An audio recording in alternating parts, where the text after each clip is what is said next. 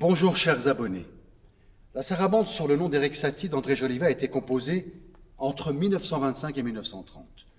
Œuvre surprenante et intense, elle fait partie des pièces contemplatives chez Jolivet.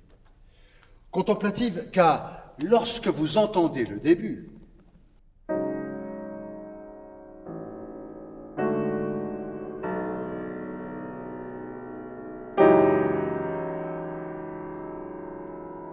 on ne peut qu'être frappé par cette couleur au piano qu'utilise Jolivet.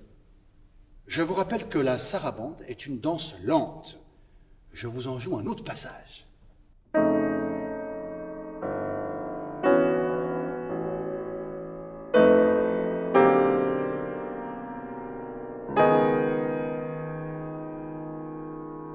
Alors, chers abonnés, il m'était impossible de ne pas rendre hommage à Éric Satie. Je reste à mon piano et m'empresse de vous jouer quelques mesures de la première gymnopédie de Satie.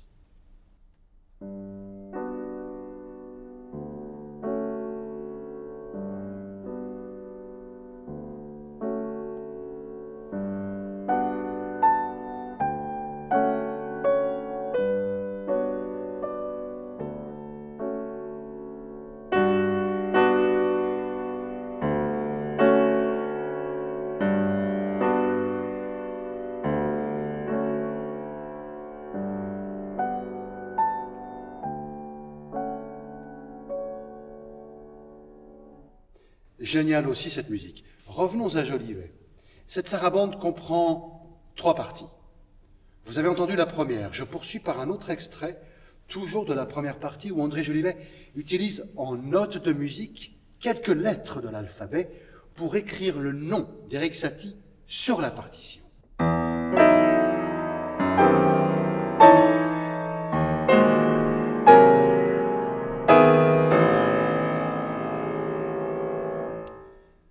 Chers abonnés, je m'arrête volontairement sur la notation musicale par l'alphabet. Dans certains pays comme l'Allemagne, ou tous les pays anglophones, à l'inverse de la France, ces pays utilisent des lettres pour écrire des notes musicales. Le A correspond au La. Le B au Si. Le C, quant à lui, au Do, etc. En l'occurrence, dans le passage que je vous ai joué précédemment, le compositeur écrit une partie seulement du nom d'Éric Satie sur la partition, en lettres de l'alphabet. Détaillons encore un peu. Le Mi correspond au E de, bien sûr, de Éric. Le Sol, qui correspond normalement au G, sera dans cette œuvre le S de Satie, bravo. Le La, quant à lui, correspond au A. Le Do, normalement au C, mais dans l'œuvre de Jolivet, il sera le T. Le Sol dièse sera bien sûr le I, mais normalement, dans l'écriture anglophone et allemande, il serait le G. Et enfin, le Mi sera le E de Satie. Je vous joue ce passage, mains ensemble. Écoutez.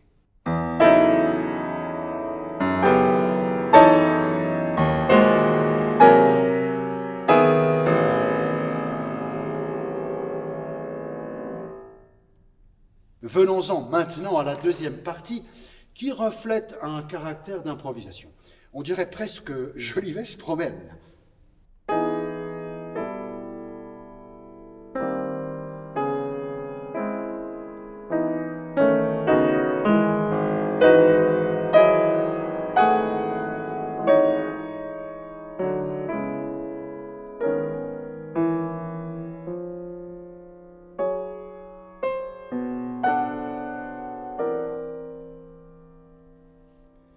Et ce passage, qu'en pensez-vous? Écoutez.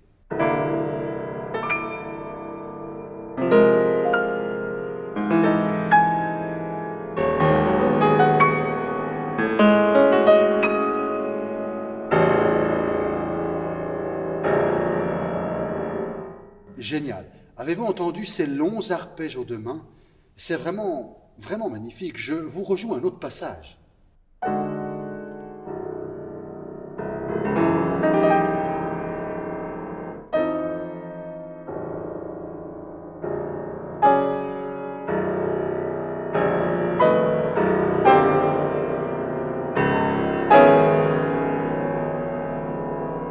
Jolivet utilise les extrêmes des basses et des aigus du piano dans toute cette partie. Il nous amène progressivement à la troisième et dernière partie de cette sarabande, partie un peu similaire au début de cette pièce.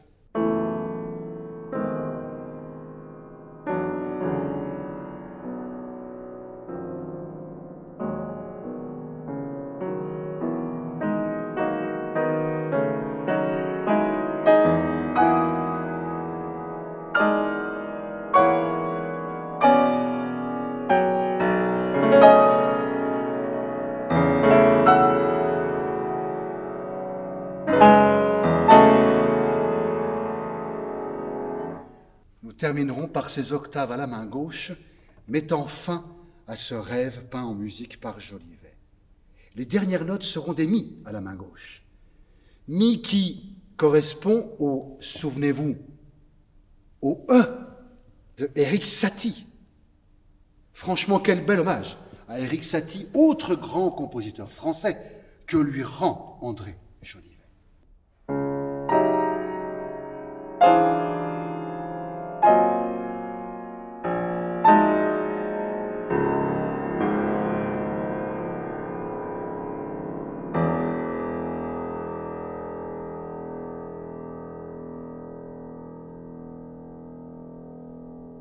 Écoutons maintenant ma version au disque avec tous les repères que je vous ai donnés.